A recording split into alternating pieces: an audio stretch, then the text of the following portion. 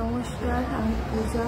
তোমরা যারা যারা আমার ভিডিওটা দেখছো সবার কাছে আমি চিরকৃতজ্ঞ। তোমাদের জন্য আজকে আমার অপারেশনটা হয়েছে। এখন আমি অনেকটা সুস্থ। আমি এই মুহূর্তে রুমে রয়েছি। তো আমি এই অবস্থায় এই ভিডিওটা আমি করতাম না, তা আমার মনে হলো যে এই ভিডিওটা করা খুব দরকার। সেটা হচ্ছে আমার মেয়ের জন্মদিন ছিল, আমি যখন হসপিটালে ভর্তি ছিলাম। তো আমার মেয়ে যেদিন আমার ওটি হবে ডক্টর বলেছিল, মানে আমাকে এমার্জেন্সিতে নিয়ে যাওয়া হয়। এমার্জেন্সিতে আমাকে কোনো ভর্তি রাখার কোনো কিছু ডক্টর বলেনি যে ভর্তি থাকতে হবে বা কিছু। আমার এমার্জেন্সিতে সমুজ বমি হচ্ছিল বলে যাওয়া হয়। তো সেখান থেকে ডাক্তার বলে ওর ইমিডিয়েট 2টোর পর ওটি হবে। আমি সকালবেলা থেকে না খেয়ে রয়েছি। তবে 2টোর পরে স্লট ফাঁকা ছিল না বলে আমাকে ওষুধপত্র দিয়ে আমাকে একবেলার জন্য রাখে, পরের দিন আমার ওটি হবে। তো মানির বাবা যে কিভাবে রেখেছে, আমি স্ক্রিন রেকর্ড একটা করেছি, তোমাদের সাথে শেয়ার করব। আমি যখন হসপিটালে ছিলাম, আমার মেয়ের অবস্থা মানে যতই হোক, আমি তোমাদেরকে মানে যারা আমাকে এরকম কমেন্ট করছো, 4 বছরের বাচ্চা, তোমার ব্রেস্টে এরকম প্রবলেম, সে কিভাবে দুধ খাচ্ছে, আমার বুকের দুধ বেরোয় না, তার একটা নেশা, সে দুধটা চুষবে, সে খাবে, তার একটা নেশা। একটা মা হয়ে আর কি বলবো আমি এই সোশ্যাল মিডিয়াতে এসে। আমার বাচ্চার দুধ খাওয়া নিয়ে এত এত কথা মানুষের, কিছু কিছু মানুষের এত কথা, 4 বছর বয়স হয়ে গেছে, ও এখনো কেন দুধ খায়, তোমার বুকে তো এরকম সমস্যা।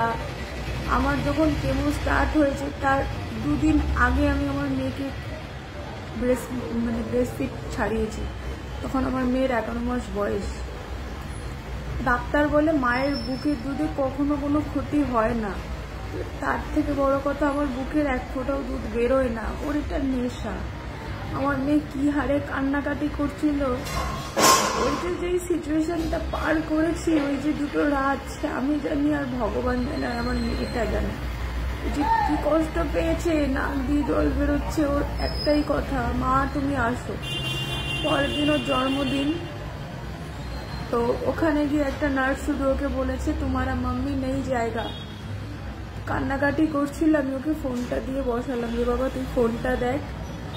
এবার তার মধ্যে ফোনটা নিয়ে নেওয়া হয়েছে, একে মা যাবে না, ওর সেটাতে মাথা গরম। তারপরে সে ডিমান্ড করেছে তাকে একটা রিমোট কন্ট্রোল গাড়ি কিনে দিতে হবে। আমি এটা ভুলিয়ে ভালিয়ে রেখেছিলাম। আমি এই ভিডিওটা করছি তার একটাই কারণ, আমি না জাস্ট ভাবছি যে সিচুয়েশন মানুষকে এতটা ম্যাচিওর করে দেয়। মানে আমার মেয়েকে যখন আমি বলছি যে মা তুমি বাড়ি যাও, তোমার জন্য একটা সারপ্রাইজ ওয়েট করছে, একটা সারপ্রাইজ নিয়ে যাব, তুমি যাও।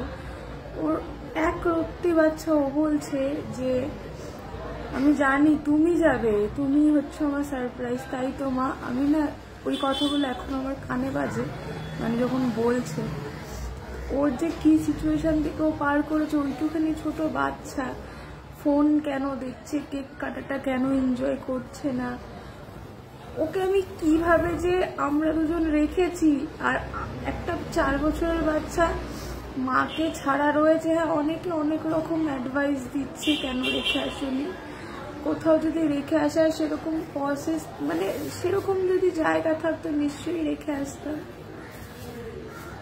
আমার মা কাজ না করলে মায়ের হবে না, তাহলে লোন আরও অনেক টাকা পয়সার দরকার, সেগুলো মা পাঠাতে পারবে না কম বেশি।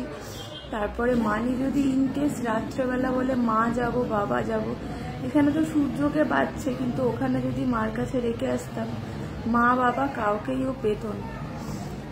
তো আমি এই ভিডিওটা করতাম না। আমি এখন অনেকটা ভালো আছি। তো